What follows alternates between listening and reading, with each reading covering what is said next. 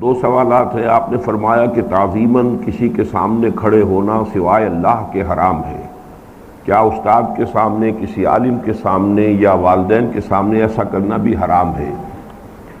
اصل میں جسے قنوت کہتے ہیں وہ ہے تعظیماً اور جھک کر کھڑے رہنا۔ ایک ہوتا ہے اچانک کھڑے ہو گئے، کوئی باہر سے آدمی آیا ہے، آپ نے کھڑے ہو کر انہیں ریسیو کر لیا، یہ بالکل دوسری بات ہے۔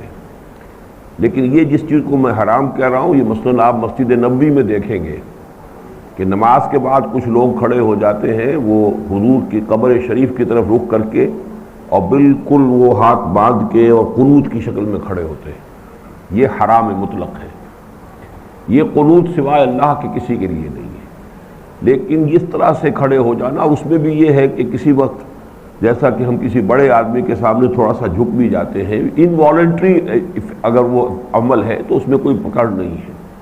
لیکن جہاں اس کا خاص طور پر اہتمام ہوگا وہ حرام ہو جائے گا، جیسے کہ حضرت شیخ احمد سرہندی رحمۃ اللہ علیہ نے جو سجدہ تعظیمی جو رائج ہو گیا تھا مغل دربار میں، اس کے خلاف جہاد کیا، اور آپ نے سر گردن نہ جھکی جس کی جہانگیر کے آگے، جس کے نفس گرم سے گرمی احرار۔ جہاں یہ توقع ہو، جہاں یہ چاہا جائے، یہ سمجھا جا رہا ہو، تو وہاں اس کے برعکس عمل کرنا چاہیے۔ البتہ آپ غیر ارادی طور پر کسی وقت تھوڑا سا کھڑا آدمی ہوتا ہے، کوئی جھک کے مل لیتا ہے، اس میں کوئی بات نہیں ہے۔ البتہ جس کو میں نے قنوت کہا ہے، وہ قنوت ایک خاص شکل ہے، دعائے قنوت، جو آپ کھڑے ہو کر دعا مانگتے ہیں۔